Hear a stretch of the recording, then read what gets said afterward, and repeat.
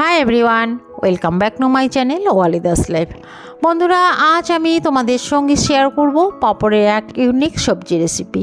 এটা হয়তো আগে কখনো দেখেছেন কি না জানি না, তবে মনে হয় দেখেননি। এই রেসিপি একবার বানিয়ে খেলে আঙ্গুল চাটতে থাকবেন। তাহলে দেরি না করে দেখে নেওয়া যাক আজকের এই রেসিপি। এখানে আমি পাঁপড় নিয়েছি, পাঁপড়টা জলে ভিজিয়ে নেব। খুব একটা বেশি ভেজাবো না, 30 সেকেন্ডের মতো এটা ভেজালে হয়ে যাবে। জল থেকে এভাবে তুলে জলটা ঝরিয়ে একটা চপারে করে আমি শুকাতে দিলাম। এভাবে একটু শুকাতে দিলে জলটা শুকিয়ে যাবে। আমি এখানে দুটো বড় সাইজের আলু সেদ্ধ করে ম্যাশ করে নিয়েছি। এবারে এখানে 2 চামচ পেঁয়াজ কুচি দিয়ে দিচ্ছি। দিয়ে দিলাম জিরে গুঁড়ো, হলুদ গুঁড়ো, লঙ্কার গুঁড়ো আর ধনিয়া গুঁড়ো, স্বাদ মতো লবণ। এবারে এটাকে ভালো করে মেখে নিতে হবে। আলুটা যাতে ভালো করে ম্যাশ হয় সেটার দিকে লক্ষ্য রাখতে হবে। একদম ভালো করে ম্যাশ করে নিতে হবে। এটা আমার হয়ে গেছে। এবার আমি এটা একটা সাইডে রেখে দিচ্ছি। আর যে পাঁপড়টা আমি ভিজিয়ে নিয়েছি সেটাতে এইভাবে আলুটা দিয়ে দিচ্ছি, দিয়ে সুন্দর একটা পাঁপড় পকেট তৈরি করব। এবারে চারধারটা জল দিয়ে মেখে নিতে হবে যাতে পাঁপড় পকেটগুলো সুন্দরভাবে সিল হয়ে যায়। এটাতে কোনো ময়দার গোলা দিতে হবে না, এমনি জল দিয়ে তৈরি করলেই সুন্দরভাবে সিল হয়ে যাবে। আমি যেভাবে তৈরি করছি সেভাবে অবশ্যই তৈরি করবেন। একটা পকেট আমার তৈরি হয়ে গেলেও আমি বাদবাকি পকেটগুলো একইভাবে তৈরি করে নেব।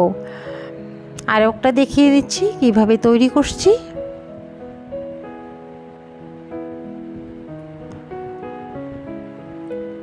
এটা বানানো খুবই সোজা, কিন্তু খেতে অত্যন্ত টেস্টি।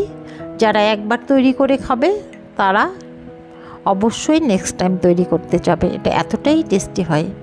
এটা গরম গরম ভাতের সঙ্গে, ভাত রুটি যে কোনো সঙ্গেই সার্ভ করতে পারবেন। সবগুলো তৈরি করা হয়ে গেল। এবার একটা ফ্রাই প্যানে সাদা তেল দিয়েছি 2 থেকে 3 চামচের মতো। তারপর এটাকে পাঁপড় পকেটগুলো ভেজে নেব। খুব একটা ভাজতে হবে না, একটু মিডিয়াম ফ্লেমে ভাজলে হয়ে যাবে। 1.5 থেকে 2 মিনিটের মতো এপাশ ওপাশ করে হালকা ব্রাউন করা হওয়া পর্যন্ত আমি ভেজে নিচ্ছি। পাঁপড় যেহেতু নরম, পাঁপড় ভাজতে যেহেতু খুব সময় লাগে না, এটাও ভাজতে সময় লাগবে না। এইভাবে একটু সুন্দর কালার চলে আসা পর্যন্ত ভেজে নিচ্ছি।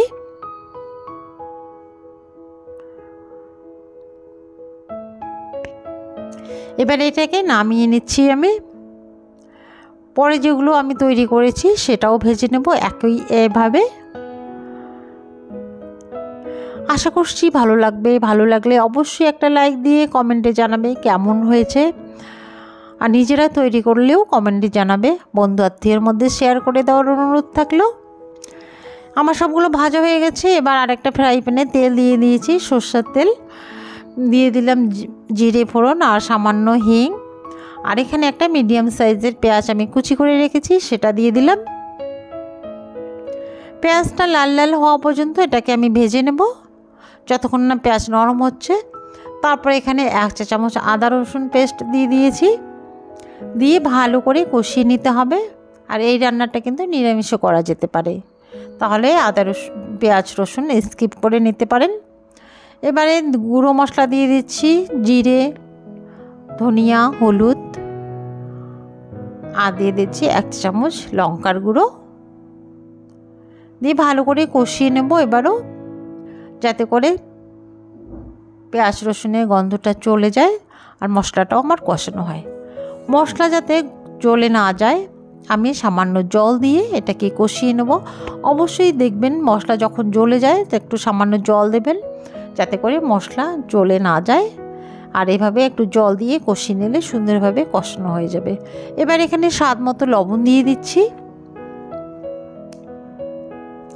লবণ দিয়ে মশলাটাকে ভালো করে কষিয়ে নেব। যতক্ষণ না মশলা থেকে তেল রিলিজ করছে ততক্ষণ পর্যন্ত মশলাটাকে কষিয়ে নিতে হবে।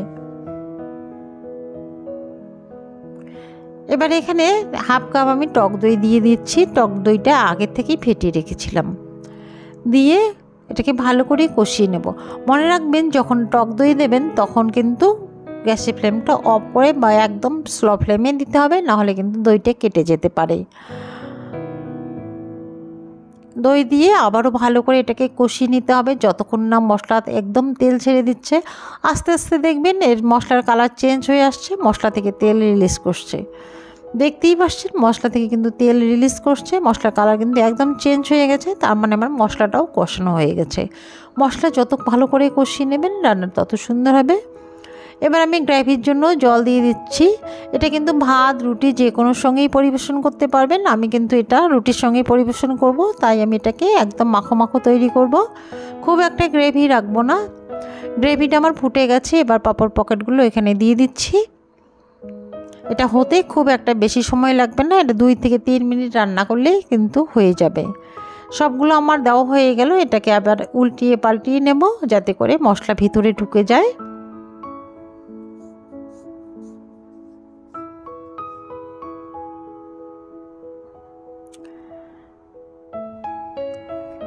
বন্ধুরা চ্যানেলে নতুন হলে একটা সাবস্ক্রাইব করার অনুরোধ থাকলো, সাবস্ক্রাইব করে পাশে থাকা বেল নোটিফিকেশনটি অল করে রাখবে। এখানে কিন্তু আবার আমি গুঁড়ো গরম মশলা দিয়ে দিলাম, দিয়ে আর একটু নেড়ে চেড়ে নেব। এটা কিন্তু আমার মোটামুটি রান্না হয়ে গেছে। এবার আমি উপর থেকে ধনিয়া পাতা দিয়ে দিচ্ছি। ধনিয়া পাতা দিয়ে এটাকে নামিয়ে নেব। ধনিয়া পাতা আমার দেওয়া হয়ে গেল। এবার আমি গ্যাসের ফ্লেমটা অফ করে দেব, দিয়ে এটাকে নামিয়ে নিচ্ছি। এবার নামিয়ে এটাকে সার্ভ করে নেব। এটা দেখেই বোঝা যেতে পারে এটা কতটা টেস্টি, কতটা ইয়াম্মি। একবার হলেও বাড়িতে ট্রাই করবেন, দেখবেন সবাই খুব পছন্দ করবে, আঙ্গুল চেটে পেটে খাবে। আমার মনে হয় না এই রেসিপি আগে কখনো ট্রাই করেছেন, একবার হলেও ট্রাই করবেন, দেখবেন খুব ভালো লাগবে। বাচ্চারাও থেকে বড় সবাই খুব পছন্দ করবে। আজ এই পর্যন্তই, দেখা হবে অন্য আরেকটি নতুন রেসিপিতে। ততক্ষণ পর্যন্ত ভালো থাকবেন, সুস্থ থাকবেন। ধন্যবাদ।